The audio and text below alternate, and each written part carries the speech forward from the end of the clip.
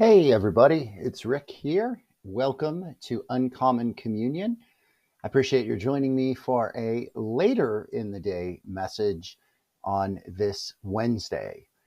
Let us begin as we always begin by remembering we are always and everywhere in the holy presence of God.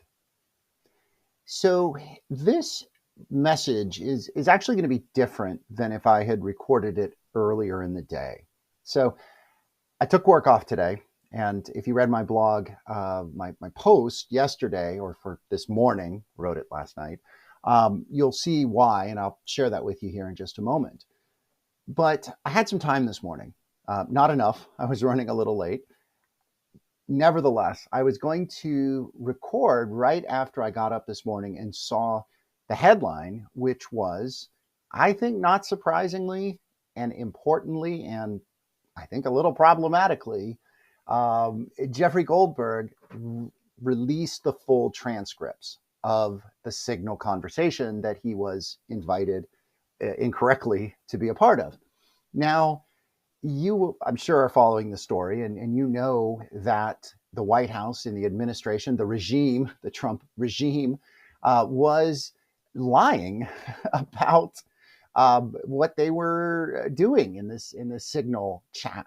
And now they're just playing word games. You know, they're saying, oh, it's not war plans, even though you look at what was being discussed and described was clearly plans about how to attack Yemen, right? And you know, they're into this wordplay and this splitting hairs and all of this that is just garbage, you know, because I mean, the common sense shows what an incredible screw up this was. I try to keep my language clean here. So, what an incredible screw up, right? And people need to be held accountable for this. People need to be fired. I mean, if you or I made this kind of screw up, right? I work in a field that deals with HIPAA regulations, right? I have access to things that are not top secret, but they are protected by law. And if I accidentally or if I in any way, was reckless and irresponsible with patients' data, I would be fired and possibly prosecuted. And I would probably never work in this field again. So if that's the standard for you and me, that has to be the same standard for the people who are so-called leaders or who are in leadership positions, right? So I did today already a little bit ago what I recommend you do today, first thing tomorrow. Call your two senators, even if they're GOP, call them. They need to know that you are paying attention, that you care about this, that you want them to do something. And also call your representative.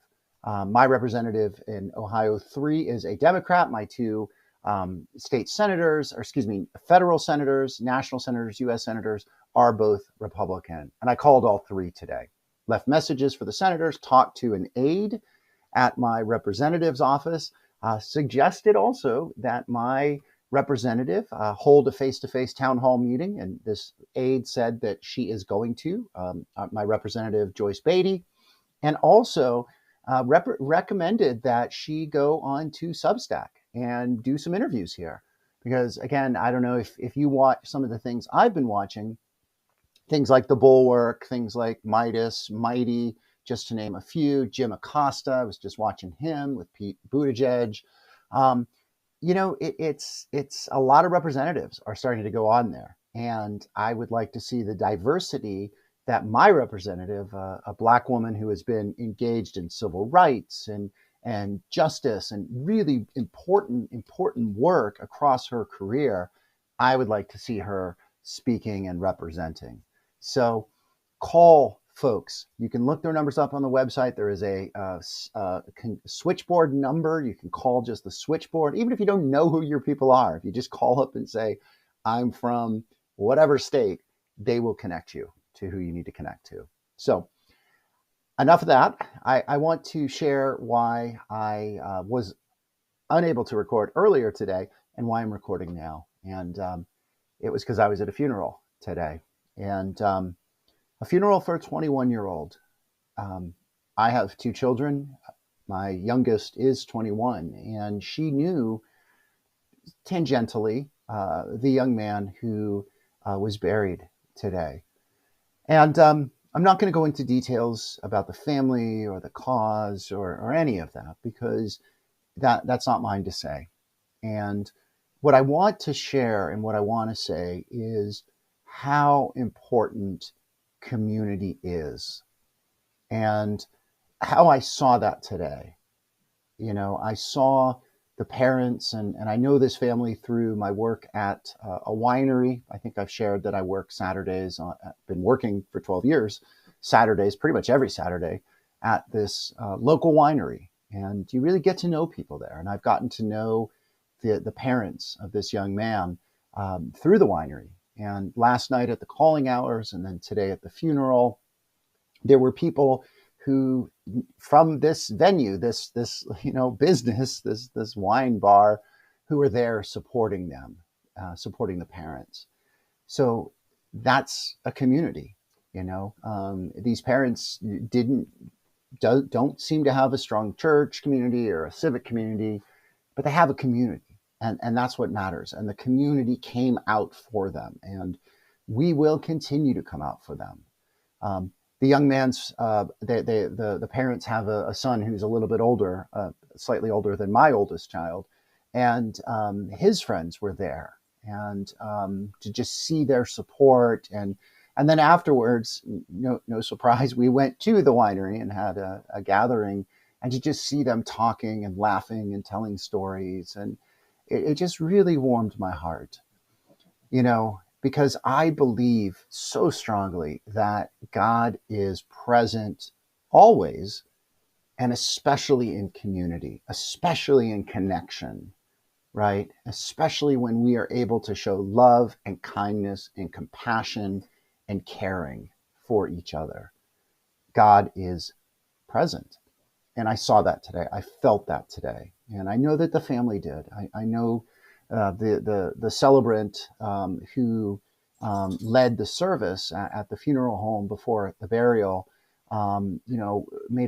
raised an interesting and a significant point. He says, at these times you have more questions than answers, and that is so true.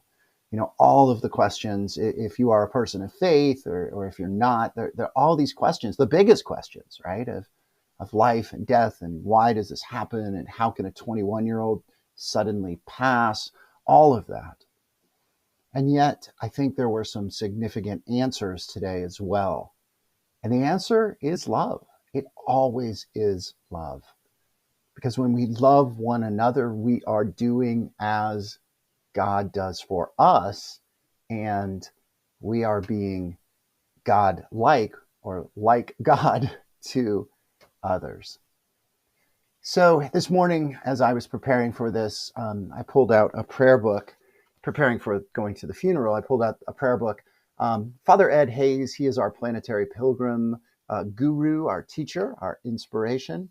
And this is an older book. I don't even think it's available on Kindle. It's a small publishing company. I got it used. It's in good shape, but it's kind of a little brittle. It's kind of different than what you would pick up at a bookstore today.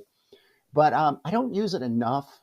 This morning, though, I felt like I wanted a prayer out of this. And you can see it's a funny title, Zero Gravity, but Psalms, right? These are Psalms that he has written for different occasions. And I was looking for one specifically about loss, grieving the loss of a loved one. There was loss in here, some Psalms. There wasn't specifically one for this moment. And yet I came across this one, Psalm 136 in this book. So let us close with this as a prayer. And I will, again, just offer this for this family.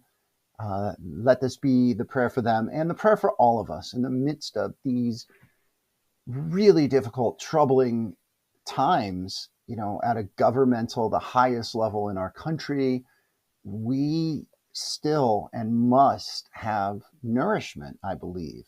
We must be fed so that we can do the work, the courageous work, the hard work that we are called to do. And may this be a bit of nourishment today. So we pray.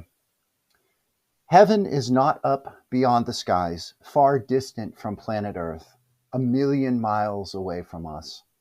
God's home is no faraway heaven.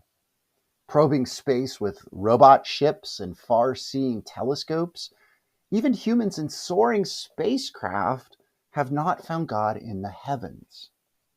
Look not for God in the heavens, for heaven, earth, and space are all within our God, and God is forever everywhere.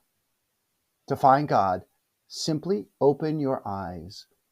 To go to heaven, die not, but only plunge deeply down inside everything and everyone.